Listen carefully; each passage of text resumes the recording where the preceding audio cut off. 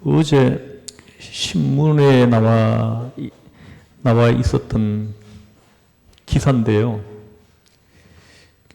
어떤 사람이 이렇게 교통사고를 당했습니다. 근데 이제 보상금이 2억 5,900만 원이 이렇게 나왔는데, 이분이 결혼을 안 했는지 직계가족이 없습니다. 부인도 없고 자녀들도 없고. 그래서 이 보상금 수령자가 형제들이 받게 됐어요. 형제들이. 근데 이 사람에게는 누나가 한 분 있고 또 형이 한 분 있는데, 그 누나가 63세고 형이 60세고 했습니다.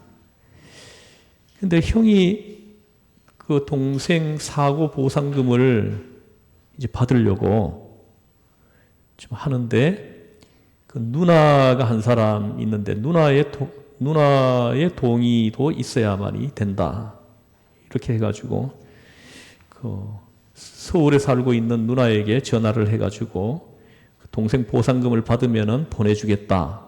이렇게 해가지고 누나의 위임장하고 뭐 인감증명서 한 통하고 이렇게 보내달라고 했대요. 그래서 누나는 그 동생을 믿고 그 인감증명서하고 위임장을 써서 이렇게 보냈는데, 그 동생 사고에 대한 보상금 2억 5,900만 원을 다 받아가지고 누나한테 보내줘야 될 누나의 몫을 안 보내주고 자기 거로 한 거예요. 그래서 누나가 왜 안 보내주느냐 전화를 걸어서 이제 좀 이렇게 항의를 한 것 같아요. 그랬더니 형이 그냥 나중에는 전화도 안 받고 이러면서 돈을 누나한테 안 보내주는 거예요. 그래서 이 누나가 그래서 소송을 했습니다. 소송을 해가지고 돌려달라고 이렇게 소송을 하니까 이 동생이 뭐 4천만 원만 받고 그만 받아라 이렇게 하면서 4천만 원만 보내줬나 봐요. 근데 누나는 안 된다. 내 몫을 다 받아야 되겠다. 이래가지고 소송을 진행했는데, 그 법원에서 판결이 났는데 징역 1년을 선고했습니다. 징역 1년을. 그 누나의 몫을 자기가 가로챈 거에 대해서 징역 1년을 선고했다. 그런 기사입니다. 그 기사를 읽으면서 좀 마음이 좀 답답했습니다. 그 돈 때문에 형제 간의 그 사이가 이렇게 갈라지는 것을 보았습니다. 오늘 본문 말씀 17, 18절을 우리가 좀 해석하기 전에 20장 9절부터 좀 보십시오. 20장 9절부터 보시면 같이 한번 읽어볼게요. 시작.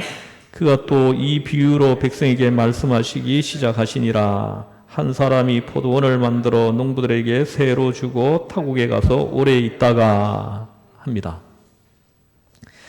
어떤 사람이 포도원을 만들었습니다. 아주 먹음직스러운 포도가 주렁주렁 열리는 그 포도원을 만들어 놓고 그 농부들에게 세를 주고 타국에 가서 오래 있었다고 합니다. 그 타국에 가서 오래 있었던 것을 보니까 아마도 그 사람은 이민을 간 것이 아닌가 생각을 합니다. 그런데 추수 때가 되었습니다. 소출의 한 몫을 세로 받기 위해 가지고 사람을 보냈습니다. 근데 이게 웬일입니까? 당연히 주어야 할 세를 줄 생각을 하지 않습니다. 오히려 보낸 사람을 막 심히 때리고 막 욕하고 하면서 그냥 되돌려 보냈습니다. 그 세상에 이런 일이란 있을 수 없는 것이잖아요. 남의 땅에 농사를 지어 소출이 있으면 당연히 그 중에 얼마만큼을 땅 임자에게 세로 보내어야 하는 것이 아니겠습니까? 그런데 11절을 보십시오. 11절을 보시면 땅 임자가 사람됨이 참 착한 착한 사람이었던 것 같습니다. 근데 다시 다른 종을 보냈다고 합니다. 그런데 다시 간 그 종도 역시 얻어맞고 쫓겨왔다 합니다. 여러분이 주인이라고 생각하면서 이 말씀을 한번 들어보시기 바랍니다. 그런데 주인은 또다시 세 번째 종을 보냈다고 말씀을 합니다. 세 번째 종을 보내서 자기 몫을 받아오라 했다는 것입니다. 그런데 오늘 말씀에 보니까 그 종도 역시 얻어맞기만 하고 돌아왔다는 것입니다. 막 얻어 터져서 뭐 눈탱이가 밤탱이가 되어가지고 그렇게 돌아왔다는 거예요. 주인이 그렇게 세 번을 시도했으나 세 번 다 똑같은 변을 당하고 보니까 이제는 푹 난처해졌습니다. 어찌하면 좋을까? 고민하고 고민하던 끝에 주인은 중대한 결심을 합니다. 그러면 내 사랑하는 아들을 보내야 되겠다. 아들을 보내면은 보내지 않겠느냐 해가지고 아들을 보내었는데 어찌 되었습니까? 보십시오. 저들은 오히려 한술 더 뜨는 것입니다. 농부들은 주인의 아들이 온 것을 보고 서로 모여가지고 의논을 합니다. 의논을 하는데 이 사람은 주인의 아들이다. 그러니 이 땅의 상속자이다. 그래서 우리 저 주인의 아들을 죽이자. 아들의 주인을 죽이면 이 땅을 우리 것으로 만들 수 있다. 이런 이제 무서운 생각을 하는 거예요. 참으로 무섭죠? 죽일 생각을 하는 거예요. 돈이 이렇게 무서워요. 사람을 죽이기까지 한다는 거죠. 그래서 그 아들을 죽여버리면 포도원은 저희 것이 된다는 엉뚱한 생각을 해가지고 끝내는 그 아들을 죽이고 말았습니다. 15절 보십시오. 15절 같이 읽어보죠. 시작. 포도원 밖에 내쫓아 죽였느니라. 그런즉 포도원 주인이 이 사람들을 어떻게 하겠느냐. 그런즉 포도원 주인이 이 사람들을 어떻게 하겠느냐. 여러분이 주인이라면 어떻게 하겠습니까? 그래서 주인이 돌아와서 그 농부들을 진멸하고 포도원을 다른 사람에게 주었다. 이렇게 말을 합니다. 이것이 예수님이 들려주신 이야기입니다. 아주 쉬운 이야기입니다.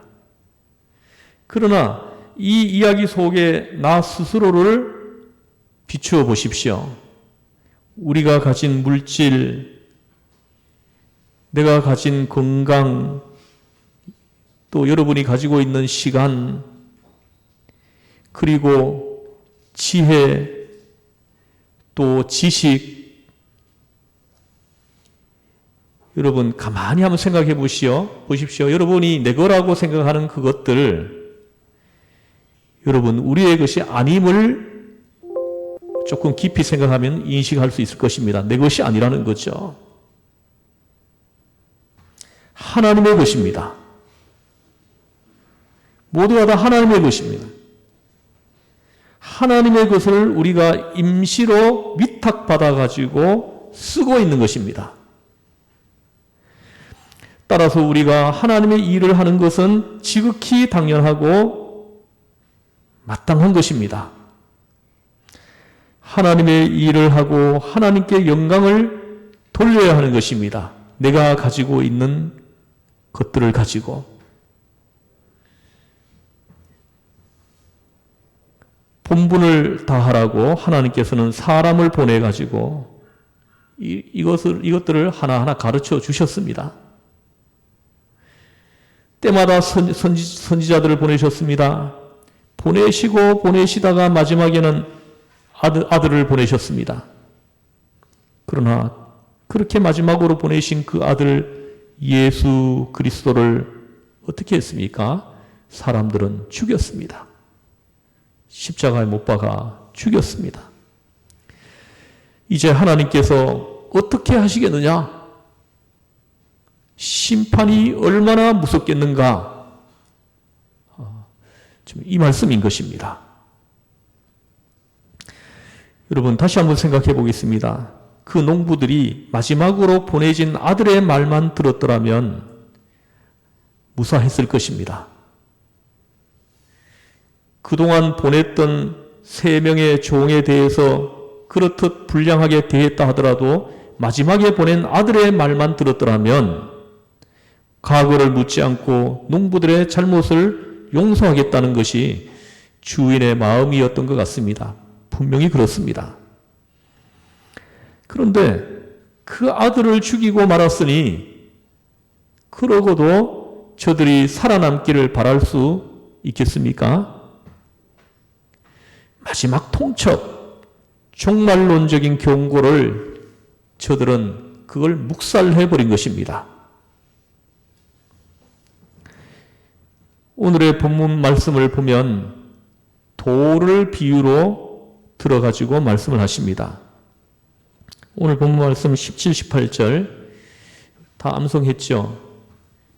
암송해서 같이 한번 암송해 보겠습니다. 그들을 보시며 이르시되 해보겠습니다. 시작. 그들을 보시며 이르시되 그러면 기록된 바 건축자들의 버린 돌이 모퉁이의 머릿돌이 되었느니라 함이 어찌미냐. 무릇 이 돌 위에 떨어지는 자는 깨어지겠고 이 돌이 사람 위에 떨어지면 그를 가루로 만들어 흩으리라 하시니라. 나 이 말씀을 묵상하면서 섬찟했습니다. 얼마나 무서운 말씀입니까? 돌 위에 떨어지면 가루가 되어서 흩어질 것이다. 이 돌이 사람 위에 떨어지면. 여러분, 보십시오. 모퉁이의 머릿돌이라 합니다. 이 모퉁이 머릿돌이 누구입니까? 예수님이죠. 이 돌 위에 집을 세우는 자는 튼튼할 것이며 행복할 것이나 이 돌 위에 떨어지는 자는 깨질 거라는 거죠. 이 돌 위에 떨어지는 자는 깨질 거다. 그리고 사람 위에 이 돌이 떨어지면 그 사람은 가루가 될 것이다. 이렇게 3가지로 말씀을 지금 하시는 것입니다. 그러면 여러분들은 어떻게 해야 될지 한번 들어보십시오. 먼저 여기서 돌은 예수님입니다.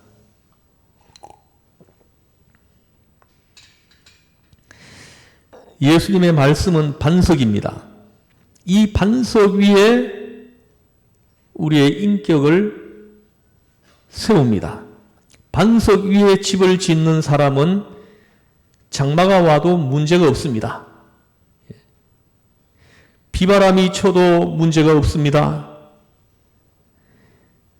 우리는 여기에 마음을 항상 두어야 하겠습니다. 여러분, 사람들이 얼마나 어리석은지 모릅니다. 모래 같은 자기 지식, 그 안개 같은 그 재물들,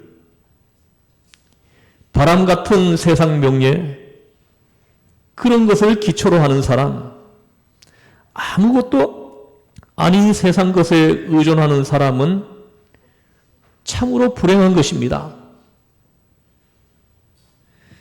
그러나 예수님의 말씀의 기초를 세운 사람, 예수님을 중심으로 삼고 그를 토대로 하고 그 위에 인격을 세우고 사는 사람은 복되겠다고 예수님께서 말씀하시는 것입니다. 여러분, 예수님 위에, 말씀 위에 여러분의 신앙의 집을 세우시기를 주 예수의 이름으로 축원합니다. 여러분, 세상 것은 믿을 만한 것이 못 됩니다. 참으로 예수 그리스도 그 복음 위에 인격을 세우고 사는 사람은 평생토록 동료가 없습니다. 흔들리지 않습니다. 시험이 들지 않습니다. 이 말씀 위에 기초를 세우지 않은 사람들은 조금만 환경의 변화만 생기면 시험이 듭니다. 흔들립니다.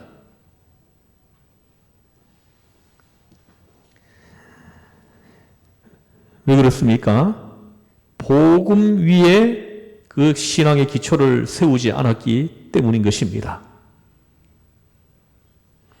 오늘 건축자들이 버린 돌이 모퉁이의 머릿돌이 되었다고 말씀합니다. 이 건축자들이 버렸다는 것입니다. 건축자들이 돌을 버렸어요. 못 쓴다고. 당시의 종교 지도자들이 예수님을 배반했다는 뜻입니다. 종교 지도자들이 예수님을 버렸다는 거죠. 모퉁이는 어디를 가리킵니까? 건축물의 모퉁이가 어디입니까? 어디입니까? 두 벽이 만나는 지점이죠. 두 벽이 이렇게 만나는 지점, 거기가 모퉁이입니다.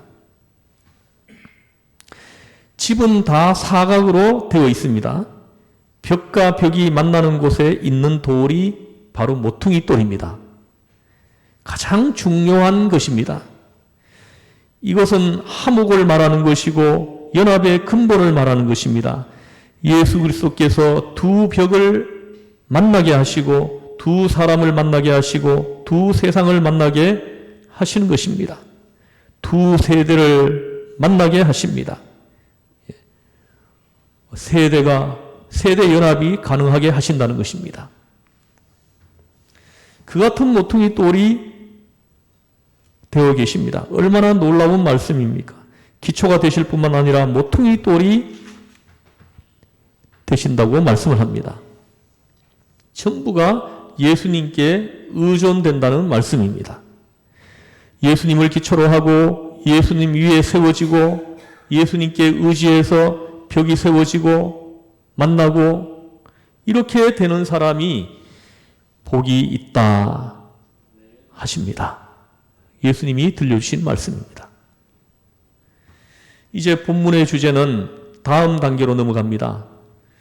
이 돌 위에 떨어지는 자는 깨어지겠다 하십니다. 깨어질 거라는 것입니다. 무서운 일입니다. 이 돌 위에 떨어지는 자, 돌이 그 위에 떨어지는 자, 큰 차이가 있습니다. 이 돌 위에 떨어지는 자, 무엇입니까?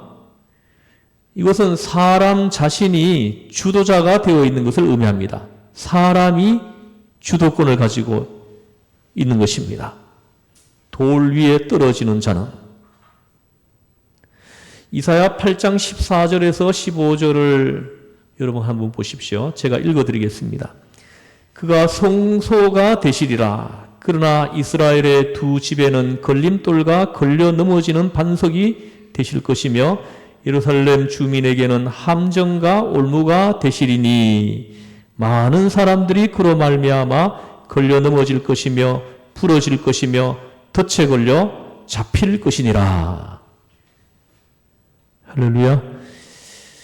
예수님의 복음은 구원을 받은 우리에게는요 축복의 복음이죠. 그러나 어떤 사람에게는 우리에게는 축복인 구원의 그 복음이 골칫거리입니다. 어떤 사람에게는. 마치 무엇과 같은가 하면은 도둑들에게 밝은 것이 싫은 것하고 똑같습니다.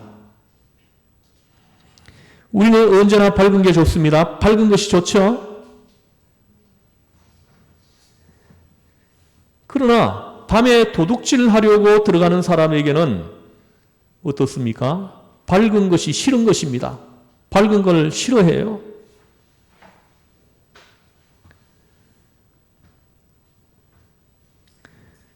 여러분, 비진리로 사는 사람에게는 진리라는 것이 아주 귀찮은 것입니다.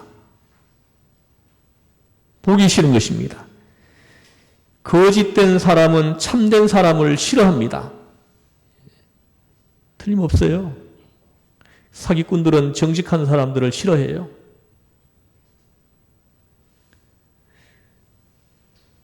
참된 사람과 함께 하는 것을 굉장히 괴로워합니다.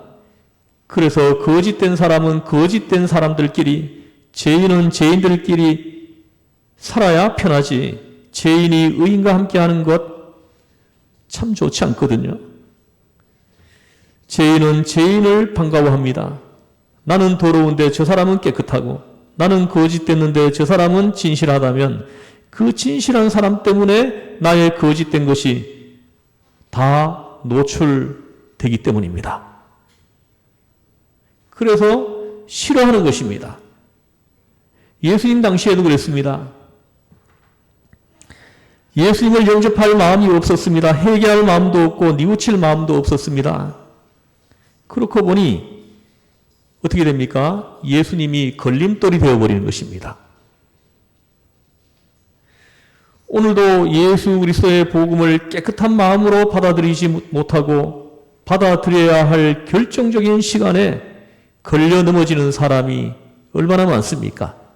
결정적인 순간에 걸려 넘어지는 것입니다. 참 안타까워요. 참으로 유감스러운 일입니다. 심지어는 교회에 항거를 합니다. 진리에 대항합니다. 하나님의 의에 대항하다가 다친 사람이 얼마나 많습니까? 급기야는 파산하고 인격이 무너지는 것을 얼마나 많이 봅니까? 이 돌 위에 떨어지는 자는 깨어지겠고 하십니다. 쓸데없이 성경에 가서 부딪히고 머리 깨지고 다리 부러지는 사람들이 많습니다. 전적으로 믿어야 하는 것입니다. 그런데 깨끗한 마음으로 받아들이지 못하고 오히려 걸려 넘어지는 사람이 너무 많습니다. 언제나 조용한 명상과 함께 기도하는 마음으로 성경 구절을 그대로 받아들일 것입니다.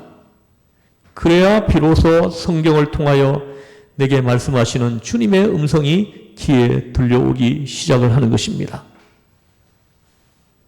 그런데 돌 위에 떨어지는 자가 너무 많습니다.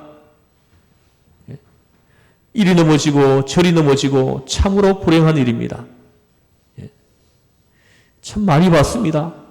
이 돌 위에 떨어지는 사람들을. 그 다음에 세 번째는 이 돌이 사람 위에 떨어지면 저를 가루로 만들어 흩으리라 하십니다.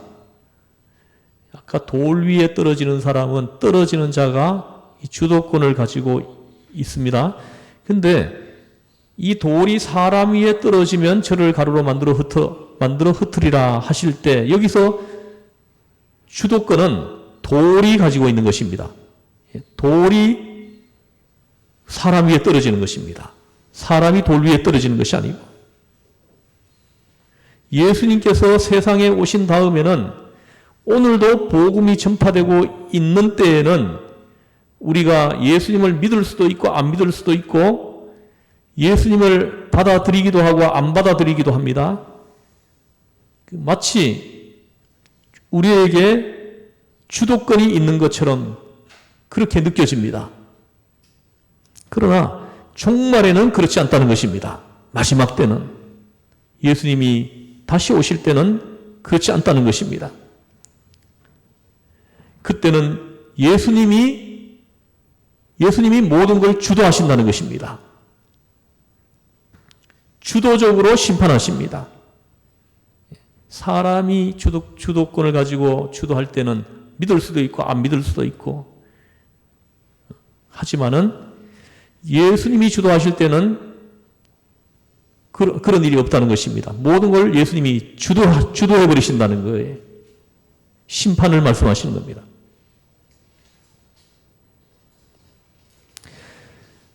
예수님을 영접하고 믿는 자에게는 구원이 따릅니다. 그러나 예수님을 믿지 않고 예수님을 거부한 자에게는 그대로 이 돌이 떨어진다는 것입니다. 여러분, 이것을 꼭 알고 있어야 합니다. 그때에는 가루가 되리라 하십니다. 여러분, 다니엘서 2장을 보면 놀라운 말씀이 기록되어 있는데요. 거기에 보면 느부갓네살이라는 왕이 있는데 그 사람이 꿈을 꿨습니다. 근데 꿈을 꿔놓고는 자기가 꾼 꿈을 잊어버렸어요. 여러분도 꿈을 꿔놓고는 생각이 안 날 때가 많죠? 그런데 이 사람이 다니엘을 보고 그 꿈을 해몽해 달라고 지금 요청하는 거예요. 이런 법이 어디 있어요? 자기가 꾼 꿈 이야기를 해주지도 않고 꿈을 해몽하라고 하니까 좀 황당할 수 있겠죠?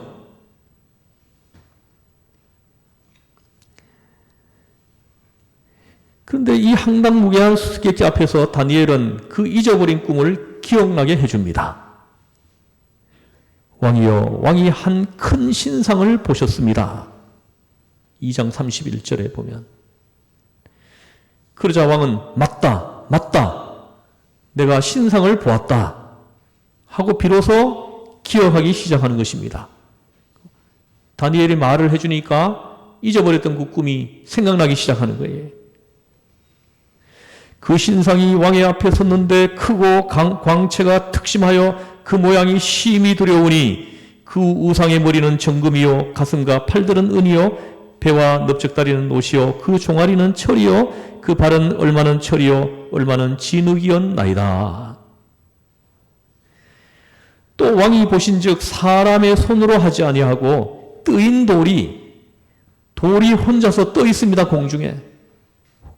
공중에 떠 있는 그 돌이 신상의 철과 진흙에 팔을 쳐서 부서뜨립니다.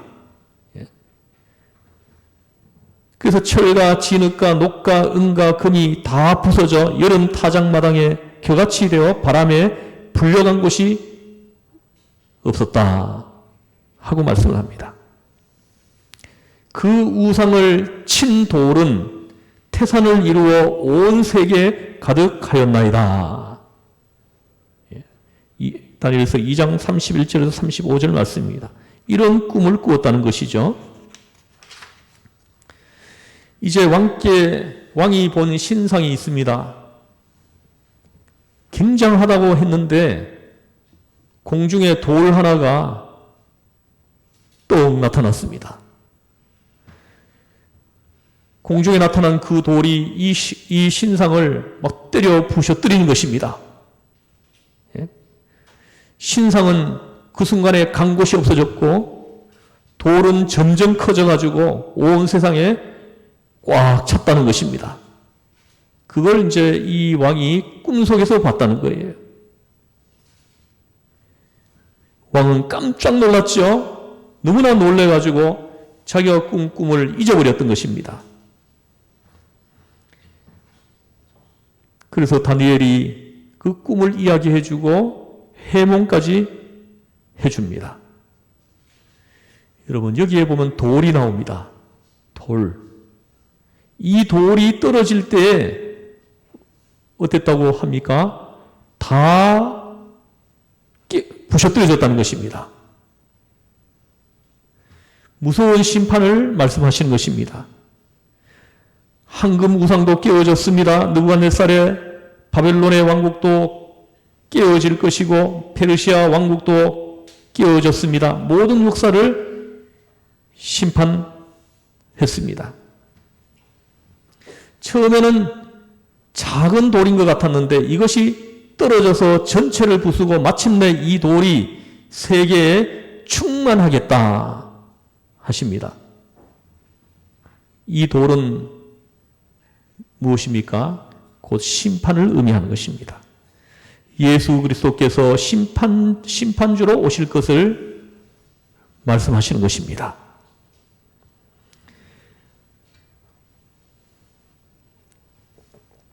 이 돌 위에 떨어질 때 그 사람은 가루가 되리라. 얼마나 무서운 말씀입니까? 이 돌이 떨어질 때 그 사람이 가루가 되어서 흩어질 거라는 겁니다. 여러분, 복음이란 부드럽고 은혜로운 것 같지만 이렇듯 심판적 요소가 있음을 여러분들이 알고 있어야 합니다. 예수님을 영접하는 자에게는 구원이 있습니다. 축복입니다. 그러나 이를 거역하고 반대하고 핍박하는 자에게는 언젠가 심판으로 나타날 것이다 하고 예수님은 오늘 우리에게 말씀하시는 것입니다. 여러분, 예수님 잘 믿으셔야 합니다. 예수님 꼭 붙으셔야 됩니다. 끝까지 믿음 잘 지키시면서 걸어가시기를 주 예수님으로 축원합니다. 그것이 심판을 면하는 유일한 방법이에요. 예수님께서는 지금 십자가를 지시고 계십니다. 그러나 예수님께서는 역사의 저 끝을 내다보고 계십니다. 내가 돌이다. 내 위에 집을 짓는 자는 튼튼히 설 것이요 나에게 부딪히는 자는 무너질 것이다. 내가 한번 손을 들 때에는 이것이 내려쳐질 때에는 가루가 되어 흩어지리라. 얼마나 무서운 말씀입니까? 말씀을 듣고 예수님을 영접하는 자에게는 구원이 있고 불순종하는 자에게는 심판이 있겠다고 분명하게 말씀을 하신 것입니다. 종말에는 예수님께서 몸소 오셔서 심판하실 것을 분명하게 말씀하시고 계십니다. 무릇 이 돌 위에 떨어지는 자는 깨어지겠고 이 돌이 사람 위에 떨어지면 저를 가루로 만들어 흩으리라 하십니다. 우리는 이 돌에 부딪혀서는 절대로 안 됩니다. 그리고 이 돌이 떨어질 때 가루가 되는 불행한 자가 되어서는 절대로 안 되겠습니다. 우리는 이 돌 위에 올라서야 합니다. 이 돌을 영접해야 합니다. 이 돌 위에 우리의 믿음의 집을 세워야 합니다. 그리할 때 이 돌이, 이 반석이 우리의 인격을 보호할 것입니다. 창수가 날 때 우리를 보호할 것입니다. 돌이 나를 세워주실 것을 말씀하시는 것입니다. 여러분, 오늘 이 시간에 우리 다시 한번 우리 예수님 영접 기도를 다시 한번 했으면 좋겠습니다. 여러분들이 마음으로 기도하는 마음으로 우리 예수님을 영접하겠습니다. 한번 따라서 한번 영접 기도를 하겠습니다. 우리 친구들도 한번 따라 해봐요. 사랑의 하나님, 저는 죄인입니다. 지금까지 살아온 동안 많은 그릇된 표지판을 지나왔음을 깨닫게 됩니다. 죄로 말미암아 걷게 된 멸망과 진노의 길에서 저를 구원하여 주시옵소서. 지금 저는 제 마음의 문을 열고 예수님을 나의 구주로 영접합니다. 내 마음의 중심에 들어오셔서 이제부터 영원토록 함께하여 주시옵소서. 예수님의 이름으로 기도드립니다. 아멘. 여러분, 예수님을 영접하면 놀라운 선물을 주신다는 것입니다. 제사함을 받습니다. 하나님의 자녀가 됩니다. 영원한 생명을 얻습니다. 이 땅에서도 참 행복을 얻습니다. 영접하는 자, 곧 그 이름을 믿는 자에게는 하나님의 자녀가 되는 권세를 주셨으니 하십니다. 우리 기도하겠습니다. 하나님 아버지, 예수님을 영접하면 제사함을 받고 하나님의 자녀로 신분이 바뀌고 영원한 생명을 얻게 된다고 말씀합니다. 또 우리가 이 땅에 살아있는 동안에도 참 행복을 얻게 된다고 말씀을 합니다. 하나님 아버지, 우리 시흥전역의 모든 지체들 한 분 한 분이 다 예수님을 마음으로 구주로 영접하고 입으로 예수를 주로 시인하는 이런 귀한 믿음이 항상 우리 안에 가득 있게 하여 주옵소서. 우리를 죄에서 구원하신 예수님의 이름으로 기도드리옵나이다. 아멘.